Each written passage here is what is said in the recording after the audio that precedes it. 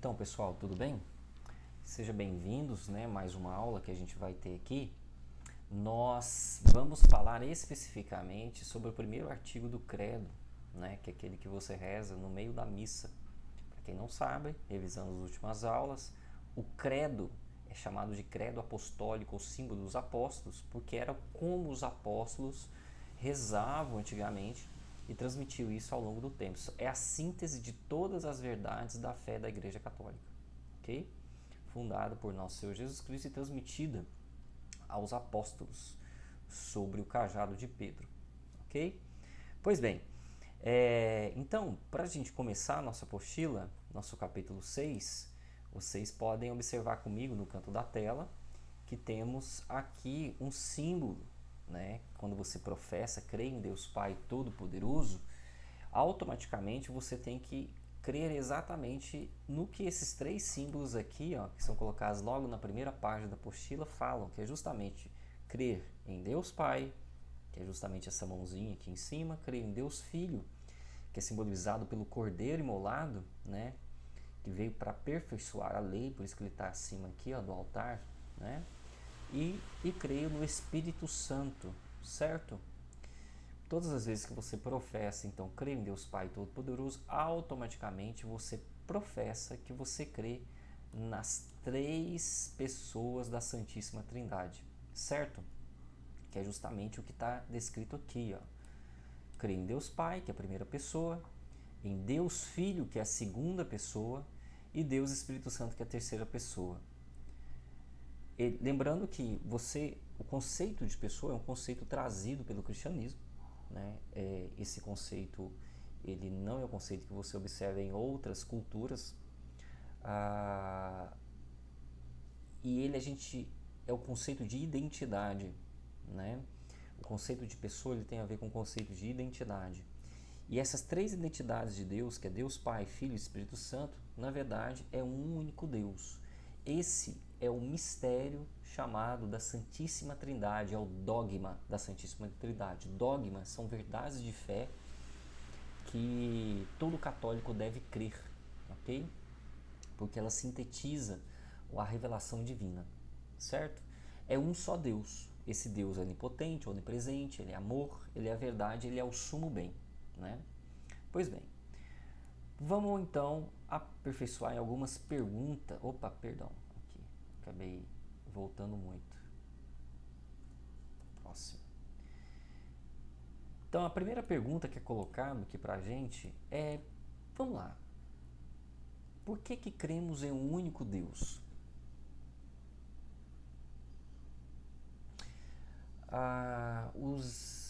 As grandes mentes do mundo, os grandes estudiosos, né, é muito o conceito de Deus único, culturalmente falando, entre gerações e tribos e diferentes povos, essa é a palavra mais correta.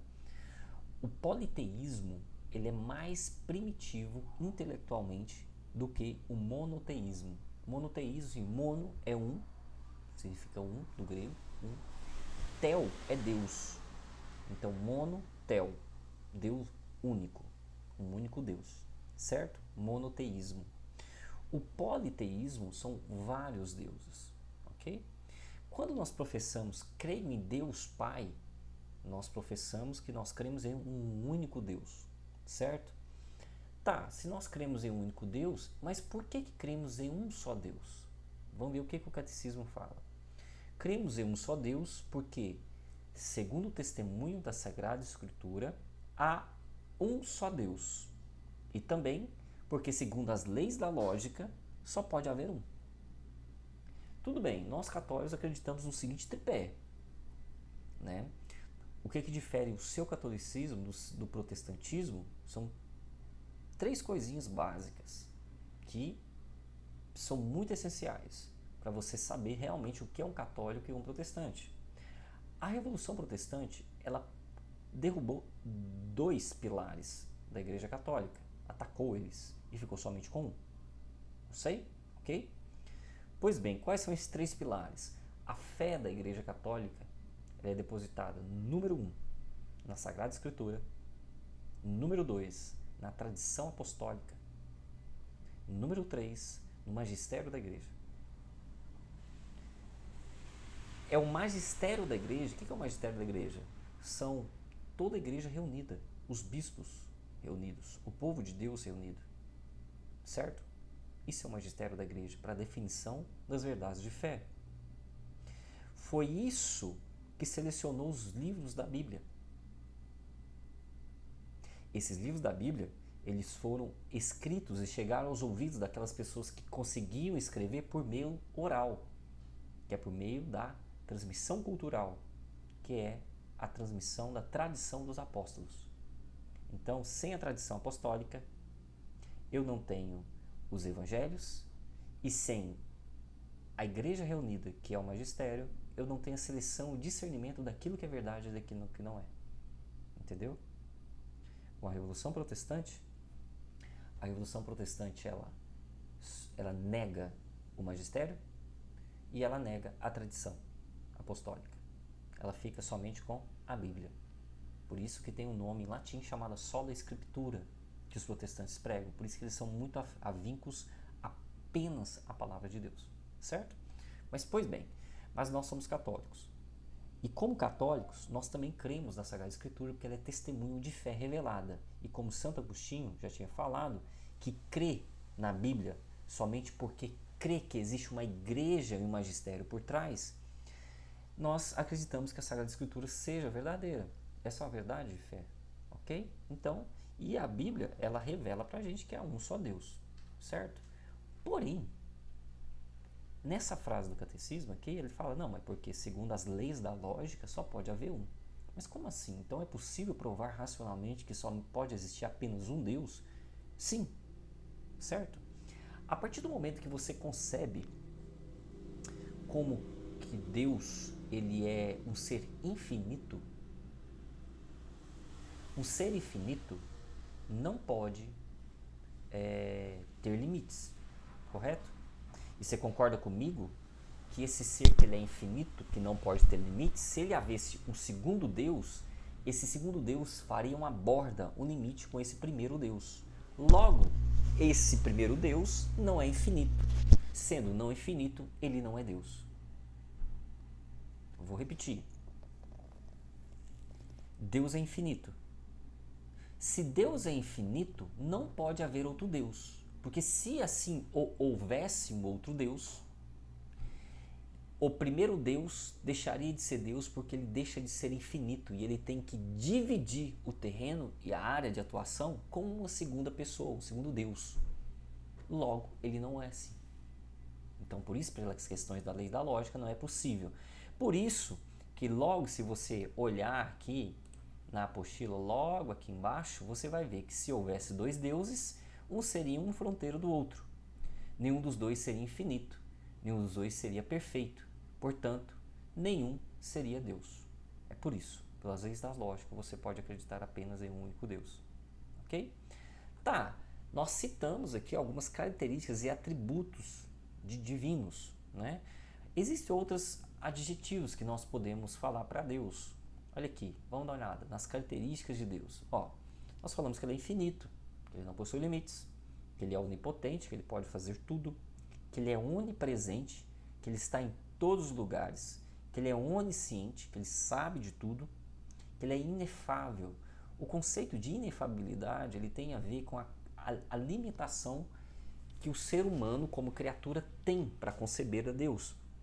Por mais que você utilize de todas as palavras do mundo, por mais que todas as pedras falem, por mais que você reúna os maiores intelectos que a humanidade já viu, você nunca atingirá o que é Deus de verdade, certo? Isso, por mais que você tente, você não irá conseguir fazer isso.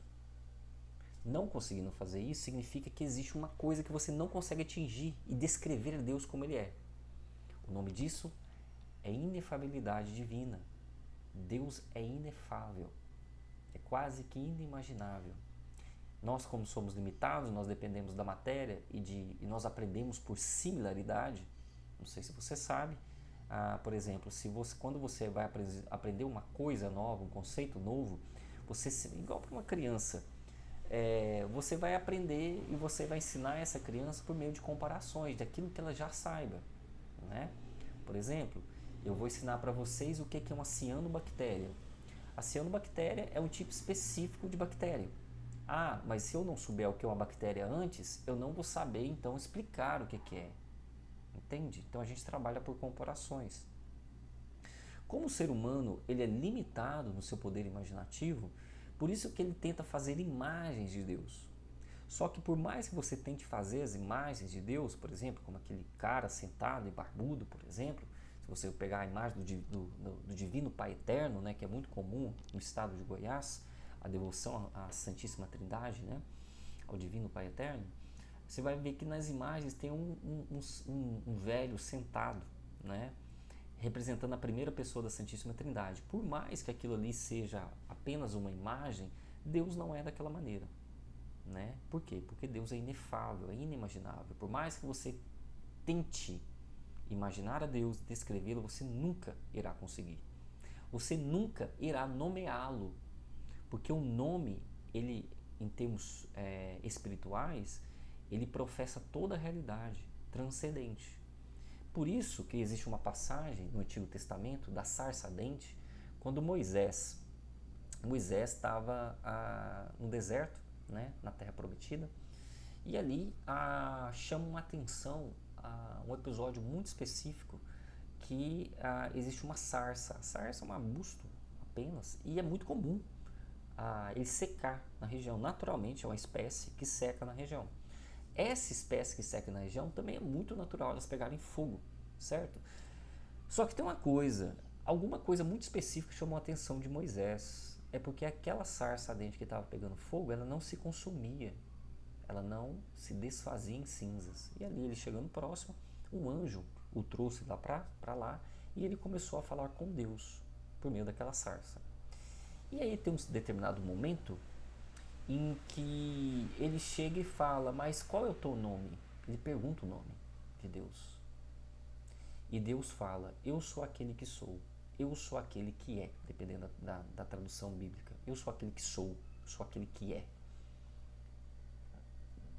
Aos olhos dos desapercebidos, pode parecer uma frase muito sem sentido, mas ela tem de uma profundidade metafísica sensacional. Sensacional. Por que Deus não responde eu sou aquele que será? Ou eu sou aquele que foi, mas eu sou aquele que é? Porque em Deus não existe tempo, ele está na eternidade. Como Tomás de Aquino define, a eternidade é a posse simultânea e perfeita do ontem, do agora e do depois. Isso é a eternidade. E Deus é a realidade. Ele a sustenta nele mesmo. E é tão interessante que quando o profeta Moisés, então, ele pergunta o nome dele, ele está querendo, então, que se abarque no nome toda essa estrutura e Deus se revele a ele por meio do nome. Só que ele não pode fazer isso. Porque se Deus fizesse isso, se revelasse inteiramente a Moisés, Moisés perderia imediatamente o seu livre-arbítrio e escolheria Deus.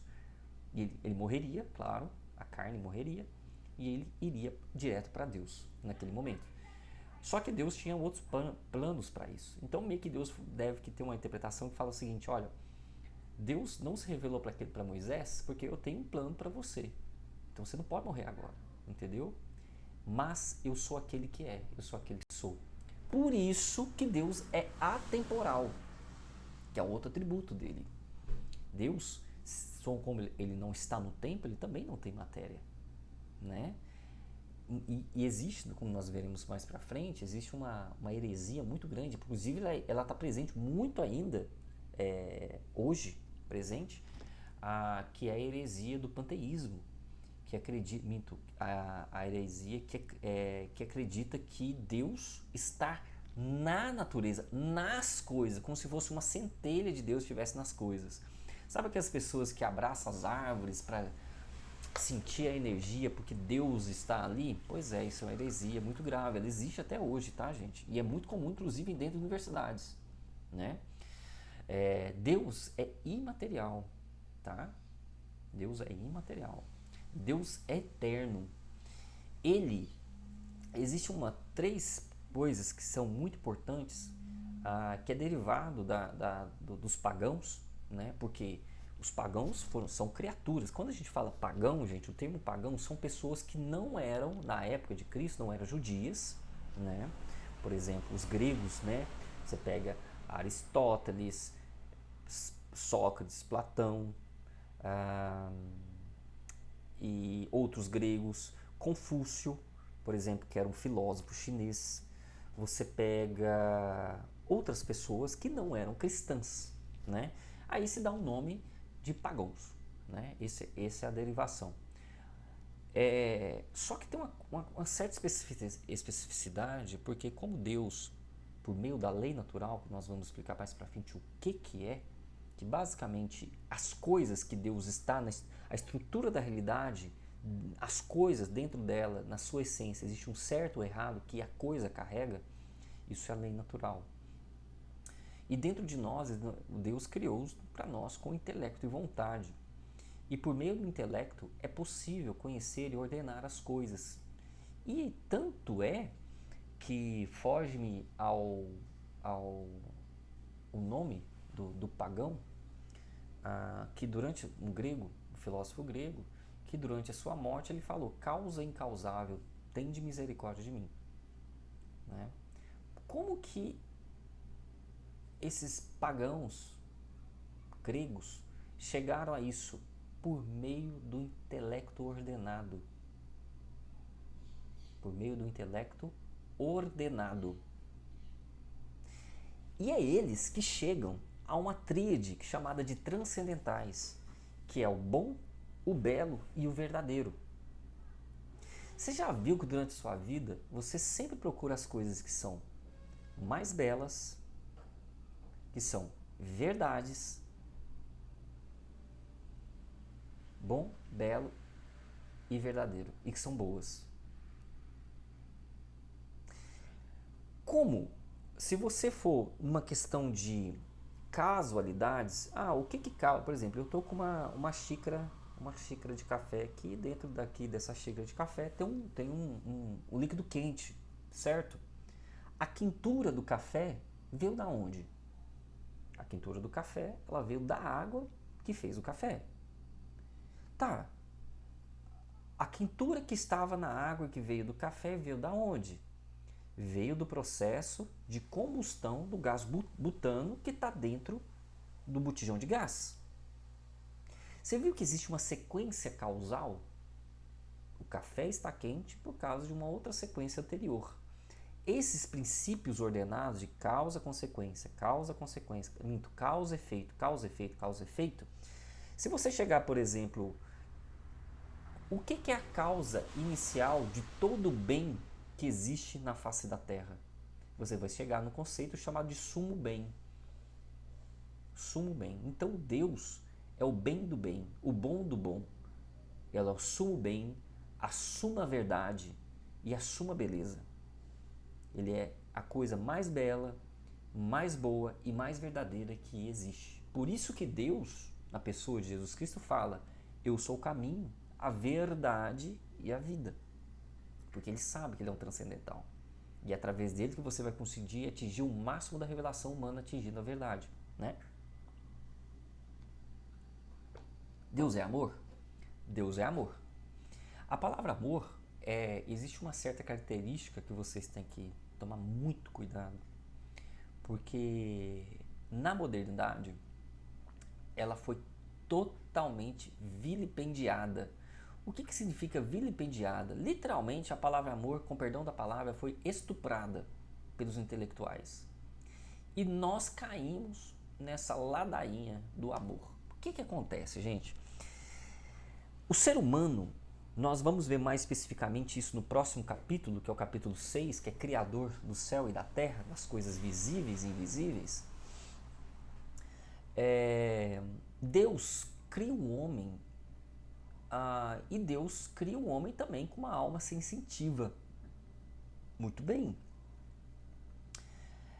Só que ele também cria com uma alma espiritual, que é dotada de duas faculdades, chamada intelecto e vontade. Com as revoluções modernas que nós observamos, principalmente a história ela é muito comprida. Ela começa lá em Guilherme de Ockham com o nominalismo, ainda na Idade Média, né? O demônio ele começou a agir muito tempo. Ele nunca se aposentou e nunca descansou. E é por meio talvez do intelecto que ele começa a agir no mundo, né? Por intelectos corrompidos, ofuscando eles a não conceber e desordenar a verdade. Então começa lá com um frei, por sinal, um frade, chamado Guilherme de Ockham. Mas, pois bem, o que acontece com a transgressões e heresias que foram montadas ao longo do tempo? Depois nós temos a Revolução Protestante, a heresia protestante, que culmina basicamente, ela é literalmente um relativismo, né? Ela é contaminada pelo relativismo da época. Depois você tem a Revolução Francesa, depois você tem as outras revoluções, até chegar nos filósofos modernos, né, que deu a origem a essa modernidade. E graças a eles que esse mundo está do avesso, né? Bem, mas se nós formos observar algo muito interessante, é que a cultura clássica, quando eu falo de cultura clássica, a cultura que deu origem à civilização ocidental que nós vivemos hoje, né? A civilização ocidental é formada por 3 pilares, tá? Esses não tem nada a ver com doutrina da igreja, é só um contexto filosófico para vocês entenderem. Ela é baseada em 3 pilares: a moral cristã judaica, né? A moral que é derivada dos pagãos, principalmente dos gregos, certo? Dos pensadores gregos. Você tem um direito romano, a questão do direito, né? E me foge o terceiro pilar da cultura ocidental. Deixa eu ver se eu me lembro. O direito romano. E a filosofia grega, né? Que é o modo de pensar lógico. Nós herdamos do grego a lógica, por exemplo. É graças aos gregos que depois, na Idade Média, vai se desenvolver um método científico, né? Que dá origem, por exemplo, hoje aos remédios que você observa, né? Graças ao método científico, né? Se for puxar a linha, foi graças aos abades e aos mosteiros que pesquisaram e desenvolveram a técnica do método científico. Mas da onde que eles beberam? Eles beberam da tradição também filosófica dos gregos, né? Mas, pois bem, com as revoluções modernas, aconteceu muito do relativismo. E existe uma coisa que é muito atacada hoje, que é a linguagem. A partir do momento que eu ataco a linguagem, as pessoas perdem a capacidade de raciocínio. Exemplo, se eu começo a relativizar o conceito de homem e mulher, as pessoas perdem a capacidade de raciocínio. Se eu começo a relativizar o conceito de pecado, não, pecado é algo que não está na estrutura da realidade e é algo criado pela Igreja Católica para domínio das massas. Vocês vão observar muito esse argumento, né? É um argumento totalmente real. A pessoa que fala isso não sabe, eu ia falar um palavrão, mas ela não sabe nada, bolhufas nenhuma de filosofia. Se ela sentasse e lesse 4 páginas sobre teologia moral, ou sobre, mais ainda, não precisa ter nada dos cristãos, vai lá nos gregos. O que os gregos falavam sobre a ordem natural das coisas, a lei natural, que é aquela intrínseca dentro da realidade. Por que eu estou falando isso? Porque unindo tudo que a gente falou até agora, para chegar nessa palavra amor que a gente tinha falado, as revoluções elas deturparam a linguagem. Por quê? Porque eu deturpando a linguagem, eu tiro a sua capacidade de raciocínio. Isso é interessantíssimo. É um fenômeno interessantíssimo. Se você não sabe o significado de uma coisa, você não consegue raciocinar. Você pensa porque você fala. Você pensa porque você tem o domínio da linguagem. Já viu que quando a gente está pensando, fala assim, ó, suponhando que está passando da minha mente, fulano de tal irá me pagar amanhã. Ele me mandou uma mensagem porque ele vai me encontrar na frente do banco tal a tal hora. Você viu que isso na sua mente passou uma série de frases faladas, não foi? Você sabe quem é o fulano, você sabe o que é um banco, você sabe o que é uma dívida e você sabe o que é pagar uma dívida. Deu para compreender que você tem que ter o domínio da linguagem para você raciocinar? Porque senão você não consegue pensar. Se você não soubesse o que é um banco, você vai falar assim, ele vai encontrar na frente de um banco. O que é um banco? Aí quando você pega o carro e sai desnorteado na cidade, você não sabe o que é um banco. Entende? Você só pensa porque você tem uma linguagem. Atacando a linguagem, eu consigo atacar por meio do relativismo. Existem inúmeras maneiras de atacar a linguagem. Eu consigo atacar palavras como amor. Define para mim o que é amor. Só para você ver como você está dentro de um sistema que te ataca totalmente. Defina para mim com exatidão o que é o amor. Define para mim o que é justiça. Defina para mim o que é pecado. Viu que deu um nó na sua cabeça que você não sabe definir? Se você não sabe definir, então talvez para eles qualquer coisa pode ser pecado. Se qualquer coisa é pecado, nada é pecado. Tem que ter uma definição correta. A mesma coisa aconteceu com a palavra amor ao longo do tempo. A maior confusão que existe hoje, e é tão interessante, gente, quando eu esvazio a palavra de sentido, quando eu esvazio ela de sentido, não existe vácuo. Eu preciso preenchê-la com alguma coisa. Sabe com o que eu preencho? Com a parte mais baixa do ser humano, que são as emoções, as paixões, a alma sensitiva. Como as pessoas não sabem definir... Você quer ver um exemplo interessantíssimo de subvenção da linguagem? Como as pessoas não sabem a definição de bom, belo e verdadeiro, não sabem a definição de política, de justiça, de fazer o bem. Você já viu que você já viu quando tem briga sobre eleição? E você está discutindo com a outra pessoa, e a outra pessoa, você quer uma coisa boa, a outra pessoa também quer algo bom. Você já viu que vocês não conseguem se comunicar? Por quê?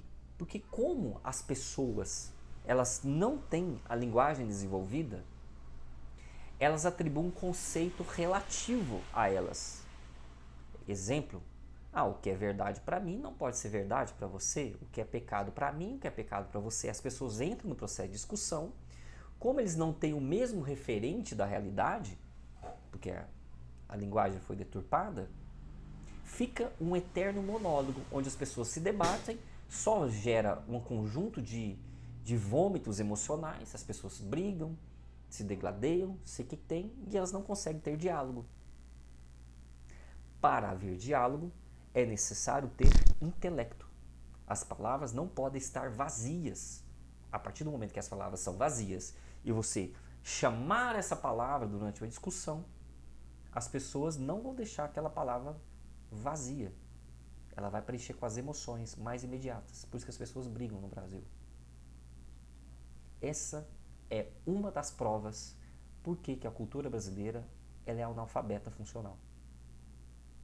Se você entrou numa discussão e você não sabe exatamente o significado daqueles termos que você está usando, há uma altíssima possibilidade de você ser um dos graus do analfabetismo funcional, certo? Eu, Douglas, sou e tenho esse grau.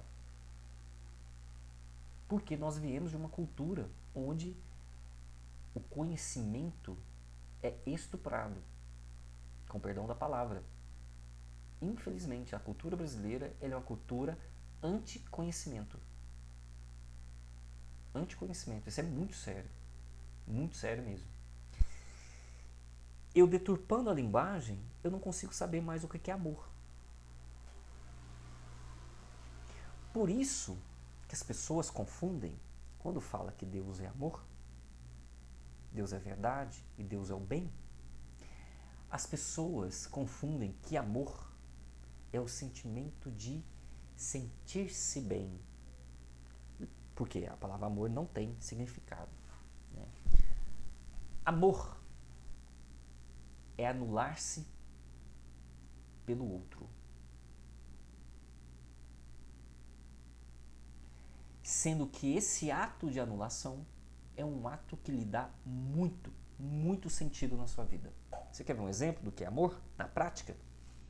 A mãe que acorda às 3 horas da manhã se anula totalmente a sua personalidade, os seus desejos e se coloca em total doação à criança que necessita ser amamentada. Isso é amor. Entende? Amor, por exemplo, você pode ter amor pelo conhecimento. Aquilo vai me, por exemplo, eu estudo para me tornar uma pessoa melhor. Só que é um sacrifício. Estudar é muito difícil. Aquele que falar assim que estudar é muito prazeroso, que não é. Tá mentindo. Por quê? Porque você tem uma alma sensitiva, animal que quer, desordenada, que quer te fazer ser tirado daquilo ali. Você gasta muita energia, é laboroso, você erra, você tem que repetir várias vezes e assim por diante. Certo? Mas quando eu faço isso, eu anulo esse meu prazer em prol de algo maior, isso é um ato de amor. Mas quando eu pego isso e distribuo para as outras pessoas o meu conhecimento, porque não existe conhecimento só para si, o conhecimento só é conhecimento quando você o distribui, e o conhecimento verdadeiro é distribuído de modo sem querer nada em troca, né? Isso é amor, entende? Pois bem, Deus também ele é perfeito, certo? Vamos lá. Opa, perdão. Por que Deus se apresenta com um nome? Deus se apresenta com um nome porque ele deseja ser acessível. Lembra que a gente tem essa estrutura da linguagem? Nós pensamos porque nós só pensamos porque nós dominamos a linguagem? Pois bem, Deus sabe disso. E ele falou assim, olha, eu sei que é o meu amor maior das minhas criaturas, lindas e perfeitas, que são deturpadas pelo pecado original, eles necessitam de um verbo, de uma palavra, né, para me conhecer. Então, Deus se revela na Escritura. Ele precisa ser acessível. Só que nós não conseguimos proferir o nome de Deus real, como que ele é, porque o nome de Deus é impronunciável.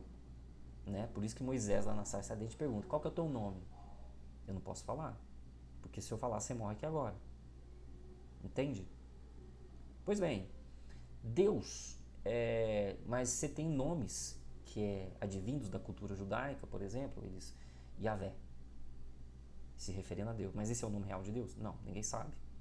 Você refere-se a Deus quando você está na missa, por exemplo, como meu Senhor, Senhor, Senhor meu Deus, ou como Deus. Entende? É uma forma de ele se tornar acessível. Bem, o que significa Deus é a verdade? Vamos lá. Deus não pode ser submetido a um processo de demonstração. A ciência não pode fazê-lo com objeto a ser medido, porque o método científico existe as suas limitações. Por exemplo, o método científico ele tem a exigibilidade do seu método de que ele seja material. Eu consigo mensurar essa caneca, certo? Você vê que é algo material. Deus é material? Não. Logo, ele não é passivo de ser demonstrado cientificamente. Deus é infinito, então ele é imensurável. Logo, Deus não pode ser demonstrado, né? Demonstrado matematicamente falando. Porém, Deus, como São Tomás de Aquino coloca, nas cinco vias da prova da existência de Deus, é as vias para comprovar a existência, não para demonstrar Deus como ele é. É totalmente diferente. Tá? Porque Deus deixou uma ordem estrutural, na realidade, e você consegue observar os traços dele. Né? Como na nossa primeira aula a gente viu o argumento do ser que é o argumento advindo, por sinal, dos gregos pagãos, que é o argumento do ser em ato puro, né? Que é um dos argumentos. Né? Que é o conceito de ato e potência da metafísica, que chega até uma causalidade até chegar no ser em ato puro. Né? Pois bem, no entanto, Deus deixa se submeter a um tipo especial de demonstração, que Deus é a verdade, sabendo por meio da via de credibilidade de Jesus, que é atestado por meio da Sagrada Escritura. Né? Sabemos também, vamos aumentar aqui, só um minutinho. Opa, perdão. Sabemos também que ele é o caminho, a verdade e a vida, como já demonstrado no Evangelho de João, e pode descobrir e experimentar quem ele abandona, que é por meio do testemunho. Quer ver que interessante esse exercício? Faça o seguinte exercício. Se você estiver observando essa aula, uma pessoa do lado, tenta provar para a pessoa, por meio de argumentos, que está do seu lado, que você existe para essa pessoa. Tenta fazer esse exercício. Por meio de argumentos. Você observará que você vai começar a apelar para os seus sentidos. Chamadas provas de sentido. Não, eu estou aqui porque você está me vendo. Isso não é prova. Lógica, não. Por meio de um raciocínio lógico, sequencial, tenta provar para si mesmo que você existe. Prova para si mesmo, nem precisa ser para outra pessoa. Sabe como é que você sabe que uma outra pessoa existe? Porque você está na estrutura da realidade e você experiencia a outra pessoa de modo real. De modo real. Deus também se permite experimentar. E existem inúmeros testemunhos ao longo da história dessa experimentação. Entende? Essa é uma das maneiras que Deus, então, se apresenta, por meio dos testemunhos. Se Deus não fosse verdadeiro, a fé e a razão não poderiam entrar em diálogo. É possível, porém, um entendimento entre elas, porque Deus é a verdade, e a verdade divina. Aí entra um conceito que eu queria falar, é o seguinte: hoje, uma das questões muito importantes é o relativismo. O relativismo, ele é uma doutrina que literalmente derrubou a humanidade nesse caos que a gente vive hoje, porque ele acredita que a verdade é relativa. Ele acredita que a verdade é relativa. E as pessoas confundem, uma das consequências disso é que elas confundem opinião com verdade. Não tem nada a ver. Você já viu aquelas pessoas que começam com um argumento: sobre isso eu acho que. Essa frase, eu acho que, é a maior prova de que o relativismo está entranhado no intelecto daquela pessoa. Porque nós temos um intelecto limitado. E se eu conceber o mundo por meio do meu intelecto limitado, concebendo que a verdade é uma questão de opinião, eu reduzo o mundo e toda a minha capacidade de compreensão dele a meu intelecto. Mas o mundo é muito maior que o meu intelecto. Isso é uma das consequências do relativismo. Né? E uma das consequências do relativismo é relativizar a verdade. O conceito de verdade ele foi vilipendiado, ele foi assim, atrocidado ao longo do tempo. Tanto é que as pessoas acreditam que a verdade é relativa, e não é, a verdade não é relativa.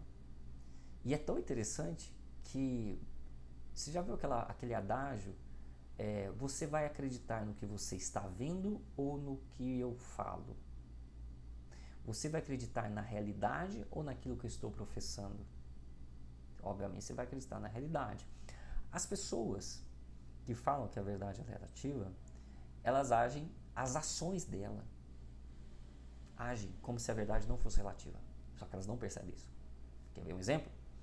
Existe uma aula que é do professor Orlando Fedeli no YouTube, muito antiga, da antiga Associação Monfort, onde ele conta um caso de que ele estava discutindo com um aluno sobre se a verdade é relativa ou não. E ele estava no volante de um carro. Pois bem, E aí o aluno falando que a verdade é relativa. E ia falando, a verdade não é relativa. Ela está intrínseca, entranhada nas coisas e na estrutura da realidade. Pois bem. Aí nisso ele estava no carro dirigindo e veio um caminhão do outro lado. Aí sabe o que ele fez? Ele foi à contramão, rumo ao caminhão. Nisso o estudante lá do lado começou a desesperar. Falou, professor, o senhor não está vendo? Porque o professor, ele era um pouco mais velho, ele estava passando mal, né? Deve que ele pensou. O senhor não está vendo ali o caminhão? Você diz, não estou vendo o caminhão, não, é relativo. Olha, não estou vendo. Quase batendo no caminhão, ele chega e joga para o outro lado. Aí, aí ele pegou o aluno, né? Viu como a verdade não é relativa? A verdade está na estrutura das coisas. As coisas estão e carregam a verdade nelas. Aí, obviamente o aluno se calou, porque ele viu que de fato a verdade não é relativa. Entende? As pessoas que falam que a verdade é relativa é porque elas falam num âmbito abstrato, de ideias, debate de ideias, que tem, mas ela age como se não fosse relativa. Exemplo, ela nunca passa por uma parede pensando que é porta. Entendeu? Aí você sabe o que vai acontecer? O professor seu, alguém que está discutindo com você, ele vai falar que a verdade é relativa, certo? Só que assim que ele sai daquela aula, ele não passa pela parede, que é relativa para ele. Se a verdade é relativa, a existência das coisas também são relativas. Se a existência das coisas são relativas, logo é passivo então de modificar a realidade de acordo com o que eu quero. Entende? Aí vocês entendem que esse erro herético é um dos pilares da ideologia de gênero, da relativização da verdade. Entende? Pois bem, então vamos lá. O que significa Deus é amor? Deus é amor. Deus é o amor. Não há criatura que não seja sustentada e envolvida por um amor infinito de desejo de bem. Deus não só declara que é o amor, mas também demonstra. Ninguém tem amor maior do que aquele que dá a vida pelos seus amigos, pelos seus irmãos. Isso está no Evangelho de João, quando Cristo fala nos seus sermões. Ele deu a vida por nós. Deus deu a vida por nós. Certo? Existe amor maior do que dar a vida por outro? Não. Ele provou. Porque vamos ser sinceros, gente, o ser humano é cabaço. Tá? Eu sou cabaço, não tenho intelecto limitado, a gente precisa de coisas visíveis. Essa é um dos motivos, creio eu, do que Deus envia o seu filho, né? Porque a gente era meio cabação, né? Então precisava de ter coisas visíveis, como os sacramentos, por exemplo, são sinais de graças visíveis, né? O que deve fazer uma pessoa quando descobre Deus? Quando uma pessoa descobre Deus, tem de colocar em primeiro lugar na sua vida, certo? Se Deus é Deus, como o pessoal fala, logo eu preciso colocar em primeiro lugar, senão ele não é Deus. Assim começa uma vida nova. Os cristãos conhecem-se por amarem até os seus inimigos.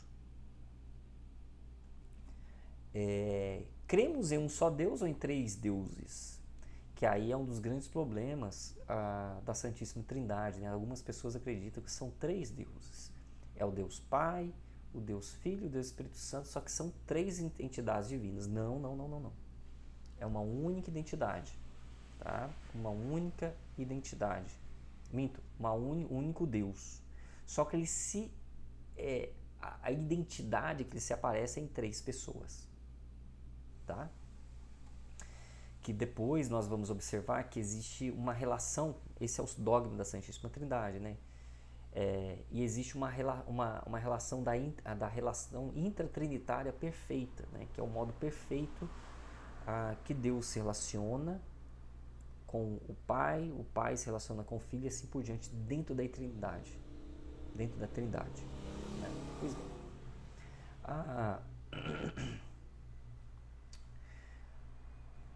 De que modo Deus é Pai? Antes de mais, por ser Pai, porque Ele é o Criador e se encarrega das criaturas cheio de amor. Além disso, o Filho de Deus ensinou-nos a considerar o seu Pai como Pai e aborda-nos como e abordá-lo mesmo como Pai Nosso. Abba Pai, né? O que acontece? Como que acontece? Isso é uma revolução, digamos, em termos ao longo da história das religiões, porque ninguém considerava Deus Pai, a não ser os cristãos, os judeus e os cristãos. Porque a questão do Pai é uma questão de intimidade. Como assim eu vou ser íntimo de um Deus? Para um pagão isso é um absurdo. Como assim eu tenho uma relação direta com Deus? Como assim ele me escuta e eu tenho um diálogo? Ele é meu pai, ele é amor que carrega de cuidar de mim. Entende? Isso é uma novidade. Quem é o Espírito Santo? O Espírito Santo é a terceira pessoa da Santíssima Trindade. Ele é da mesma grandeza divina do Pai e do Filho. Aqui é interessante que existe uma coisa que fez um certo episódio. Deus Pai, Deus Filho e Deus Espírito Santo, as três pessoas têm a mesma dignidade, a mesma essência, ok? Algumas heresias demonstraram no passado, falaram que Deus, Jesus Cristo, era menor que o Pai, Espírito Santo também, né? É daí que você tem um cisma da Igreja do Oriente para a Igreja do Ocidente, né? Principalmente por causa desse dogma, né? As igrejas do Ocidente, do Oriente, não são todas, elas acreditam que Jesus é menos que Deus Pai, ok? Mas só algumas, não são todas. Pois bem, e Jesus? Ele é Deus? Ele pertence à Santíssima Trindade? Sim.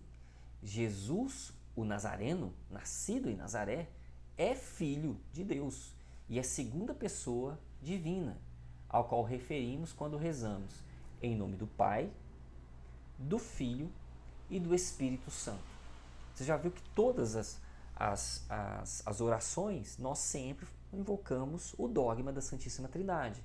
Creio em Deus Pai Todo-Poderoso, então você crê em Deus Pai, em Deus Filho e em Deus Espírito Santo, ok? Muito bem, vamos lá.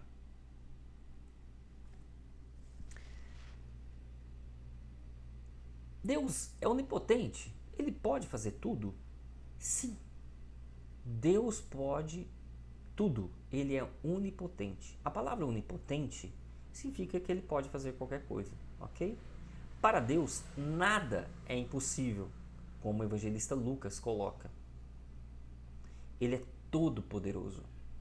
Então, quando você professa, quando você está na missa, você professa assim: creio em Deus Pai Todo-Poderoso. Essa palavra Todo-Poderoso significa que ele é onipotente, ele é capaz de todas as coisas. Aí, isso suscita um seguinte questionamento: que vocês serão atacados por isso um dia. E vocês verão vários ateus utilizando esse argumento para falar que Deus não existe. Se Deus é onisciente e ele sabe de tudo, e ele é onipotente, todo-poderoso, onde está Deus quando uma criança é estuprada por alguém? Não é assim que eles falam com vocês? Eu não acredito em Deus, não. Por quê? Não. Cadê Deus? Se Deus existisse,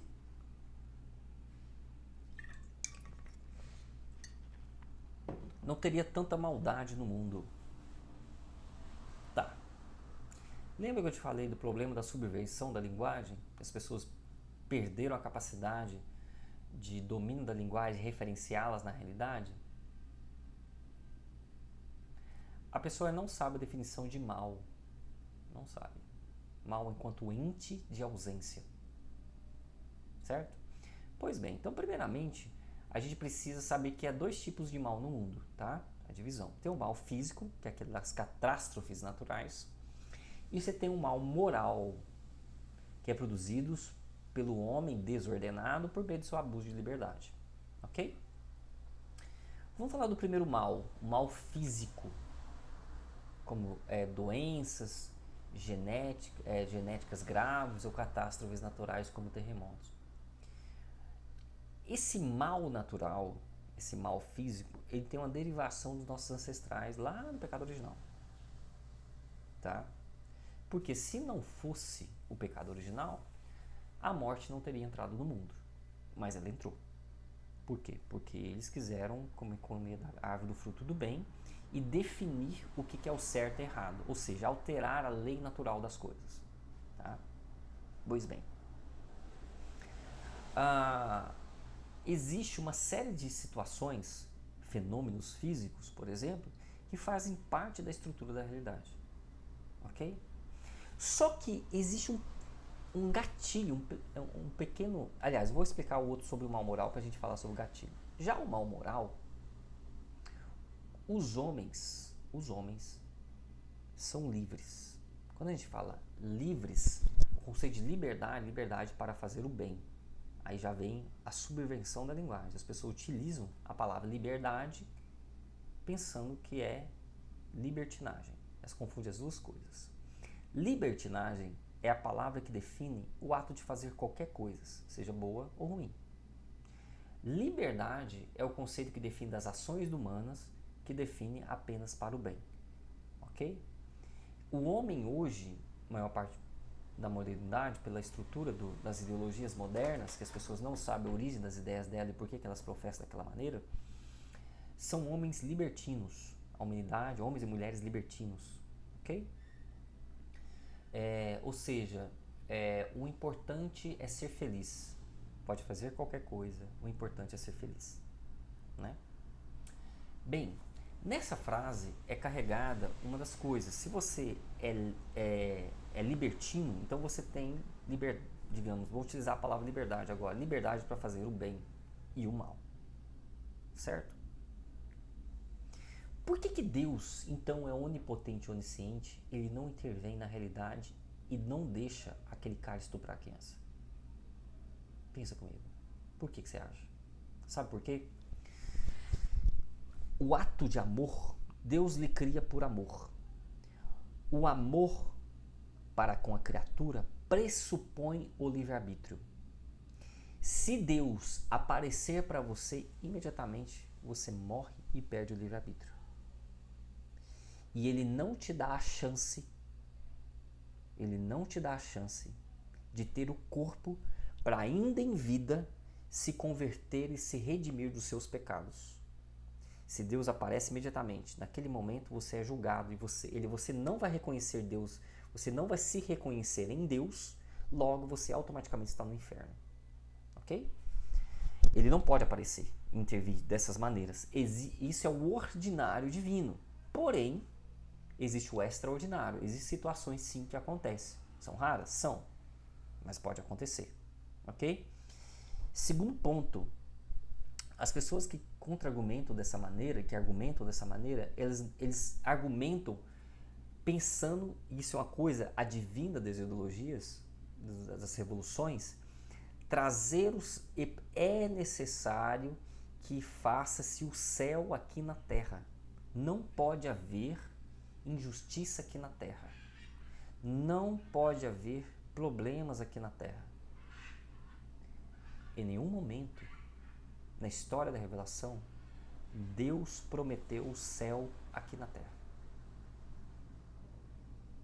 Em nenhum momento você vai ver isso na Bíblia.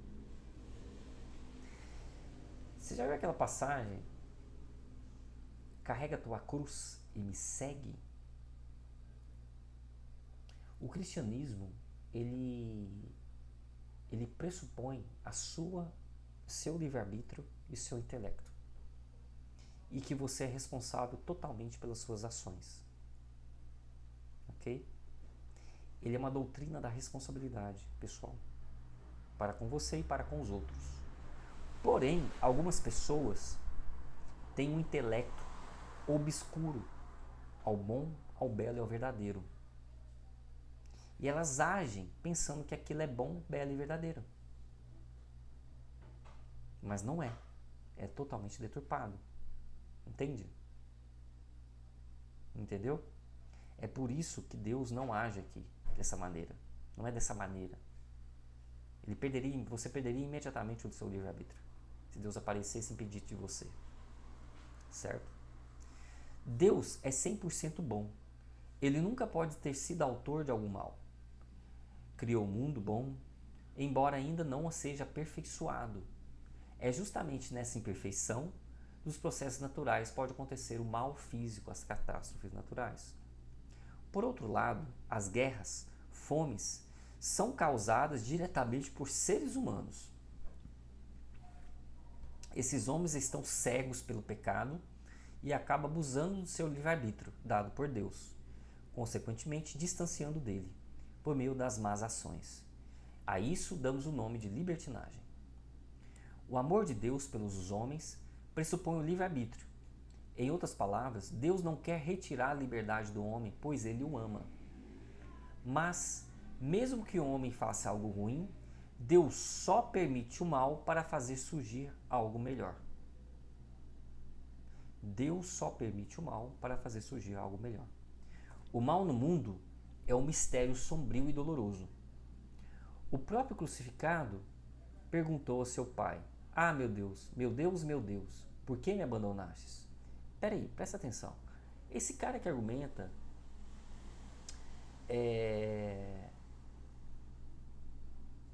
que onde está o estuprador quando a criança está, onde está Deus quando a criança é estuprada, ele realmente acredita piamente que não pode haver injustiça na terra. Então ele quer trazer o céu para a terra. Você concorda comigo que nosso Senhor Jesus Cristo, que é Deus, foi totalmente injustiçado? Isso é uma prova viva e cabal e final de que o próprio Deus foi injustiçado pela maldade dos homens. Até Deus é injustiçado pela maldade dos homens. Pense nisso. Até Deus. Certo? Porque se não fosse justiçado, só para você ter uma noção, o pecado que foi o gatilho para o início do martírio de nosso Senhor Jesus Cristo foi o pecado da avareza, o apego ao dinheiro e a um bem desordenadamente. Porque Judas denunciou Jesus Cristo por 30 moedas de prata. Você concorda comigo que isso é uma desordenação, certo? Pois bem, até nosso Senhor Jesus Cristo foi vítima da maldade dos homens. Pois bem, o mal no mundo é um mistério sombrio e doloroso. E o próprio crucificado perguntou ao seu pai: meu Deus, por que me abandonastes? Muito dele é incompreensível, mas de algo temos a certeza. Deus é infinitamente bom e no juízo final acabará com todas as injustiças. As pessoas que argumentam onde está Deus quando o estuprador pega a criancinha, eles não têm noção nenhuma de juízo particular e juízo final. O juízo particular é o jugo de Deus exatamente no momento da sua morte. Pergunto, o que é, suponhamos que nós, tanto a criancinha quanto o estuprador, eles viverão a taxa média de 75 anos no Brasil, a expectativa média. Ambos viverão 75 anos. Eu acho que é isso mesmo, não sei, mas suponhamos que é 75 anos, ok? 75 anos. Nós cristãos não estamos aqui pelos 75 anos, nós estamos aqui pela eternidade. O que é a eternidade em termos de peso comparado com 75 anos? É titica de galinha, não é nada. Não é nada.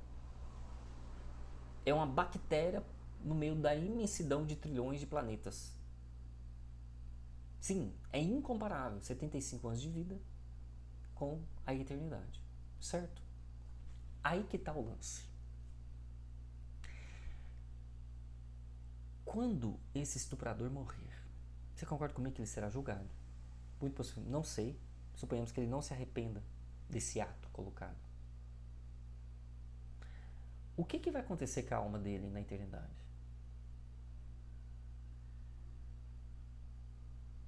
O que vai acontecer? Jesus não veio prometer o reino da terra. Ele veio prometer o reino dos céus. É por isso, existe uma sacada filosófica e teológica muito interessante, que é lá quando Jesus é entregue e colocado sobre Pôncio Pilatos, e ele fala o seguinte: vós sois reis? O senhor é um rei? Pergunta. Ele fala: o senhor o dizes. Você que diz. Você que está falando que eu sou rei. Mas os seus fiéis falam. E ele fala: o meu reino não é deste mundo. Opa! Ele estabelece a hierarquia. Ele separa o reino eterno dos reinos mundanos. A justiça eterna da justiça dos homens. Por isso que ele fala: dai a César o que é de César. César era o imperador da época, tá? Não, minto. Eu não lembro em termos históricos se César já tinha morrido. Possivelmente Júlio César já tinha sido... Acho que ele foi assassinado nos Idos de Março, que eram tipo Jogos Olímpicos da época. Mas ele foi um dos grandes símbolos da união do Império Romano, né? Dai a César o que é de César e dai a Deus o que é de Deus. Quando esse cara que argumenta sobre o estuprador, ele não tem essa noção, que existe uma separação da justiça terrena da justiça eterna. A justiça para com a alma dessa pessoa irá acontecer eternamente. Aí o bicho pega, mané. E a alma daquela criança que depois morre depois de 75 anos, muito possivelmente é resplandecida na glória. É esse reino que a gente corre atrás. Entende? É esse reino, é o reino eterno. Ok? Pessoal, então ficamos com essa próxima... A nossa próxima aula vai ser sobre o capítulo 7, que é a segunda frase que nós falamos no credo apostólico. Creio em Deus Pai Todo-Poderoso e em Jesus Cristo, seu único Filho, nosso Senhor. Ok? Até a próxima aula.